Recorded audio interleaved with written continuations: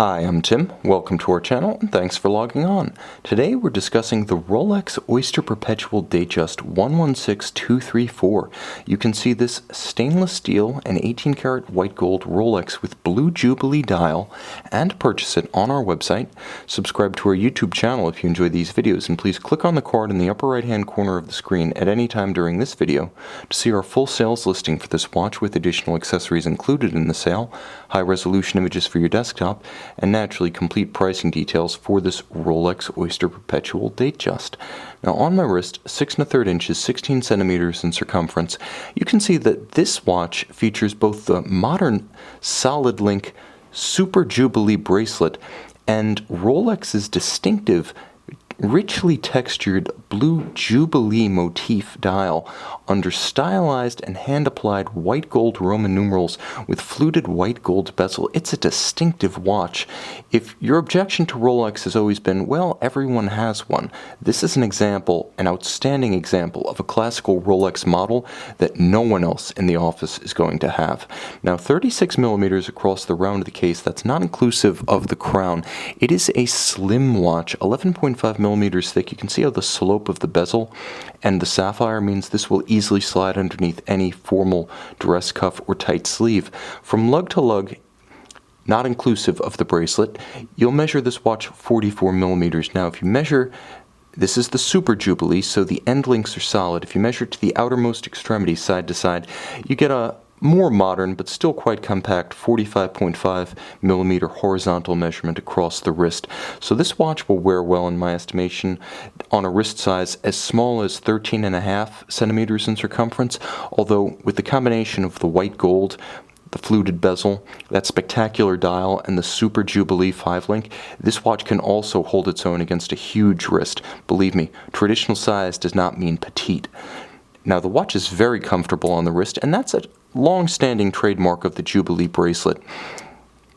The more supple of Rolex's two principal bracelets, the 3-link Oyster being the other, the 5-link Jubilee has very small individual links, so it feels very silken on the skin, extremely flexible.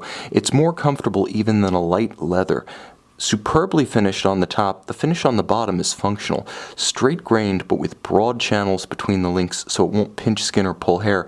It also has abundant passages to aerate the wrist on a hot day. This is a 100-meter water-resistant watch after all, so heat, moisture, sweat, grit, and oil can easily escape the wrist during periods of intense activity when you take the watch in the water or wear it during the summer. You'll note contrasting finish atop the Jubilee bracelet, satin outer links polished down the center, and the absolute shoulders all to a high polish, beautifully executed.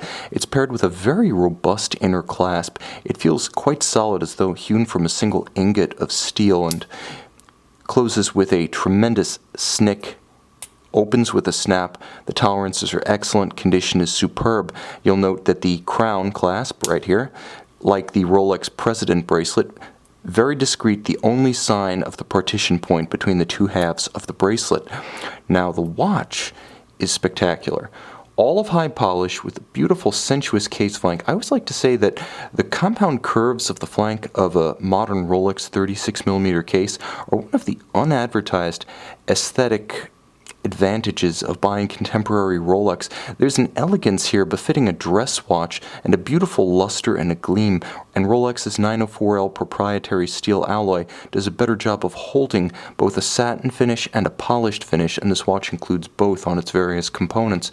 Now the bezel, of course, fluted, is your cue that this is precious metal. White gold in this case. It's also Rolex's own alloy, being homogeneous, or what's known as gray gold in the industry.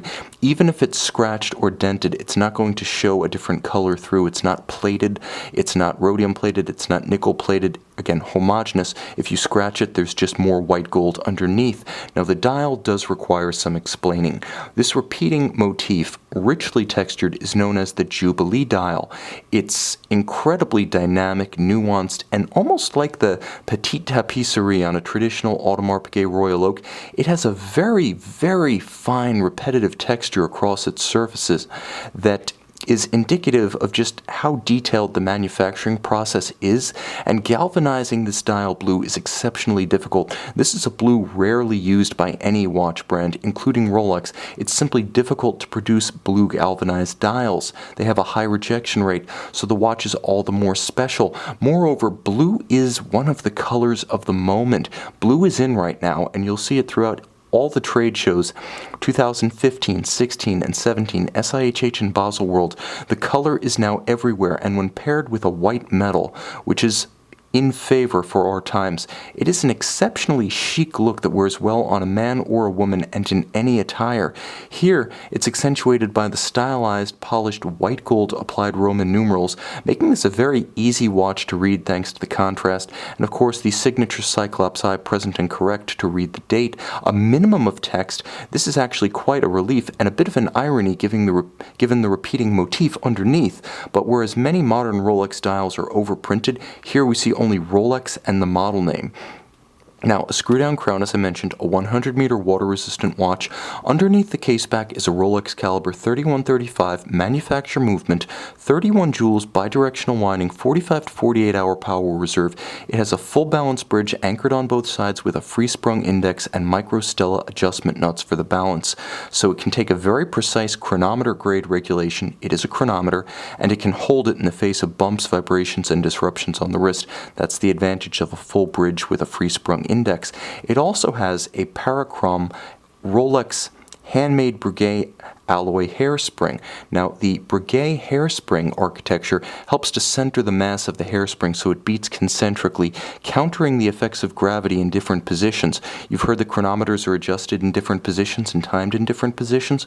Well, the hairspring architecture, Breguet overcoil, is one of the reasons the watch meets those specifications in those positions. Now, the watch is beautifully made, beautifully finished, and in outstanding condition.